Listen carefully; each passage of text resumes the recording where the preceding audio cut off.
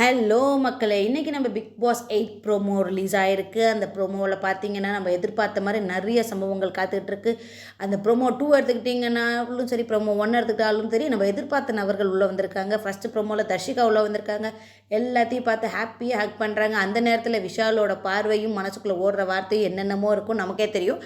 But நமக்கு அவங்க கை கொடுக்கறத பார்த்தா, என் தோழியா என் காதலியா யாரடி சொல் பெண்ணே அப்படின்றதாங்க என் மைண்டில் ஓடுது. உங்கள் மைண்டில் என்ன ஓடுன்னு எனக்கு தெரியும்.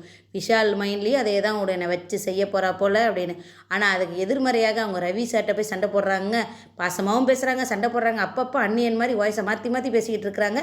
ஸோ இதுலேருந்து நமக்கு என்ன தெரியுதுன்னா, அவங்க விஷாலுக்கு சப்போர்ட் பண்ணுற மாதிரியே பேசுகிறாங்க அப்படின்னு தான் எனக்கு தெரியுதுங்க. உங்களுக்கு எப்படி தெரியுதுன்னு நீங்கள் சொல்லுங்கள். அப்புறம் ப்ரோமோ 2 எடுத்துக்கிட்டிங்கன்னா நம்ம வராங்கங்க, நம்ம அடிதடியான சத்யாவும் ஜெஃப்ரியும் ஒன்றா உள்ளே சேர்ந்து வராங்க.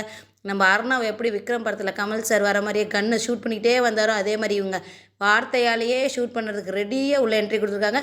ஷூட்டும் பண்ணுறாங்க. பார்க்குறேன் நான் எதிர்ப்பு எங்கே இருக்குதோ அங்கே சிக்ஸர் அடிச்சுட்டு சென்டரில் சேரை போட்டு உட்காரதானே நம்ம பழக்கமே. விளையாடலாமா? பாலுக்கு பால் பவுண்டரி சிக்ஸர்னு சும்மா பந்து பறந்துகிட்டே இருக்கும். பாக்குறியா பாக்குறியா பாக்குறியா பாக்குறியா பாக்குறியா பாக்குறியா? யாருடா நீ? மறக்காம பாருங்க. கீப் டியூனிங் அண்ட் கீப் வாட்சிங் சிக்கு புக்கு பிக் பாஸ்.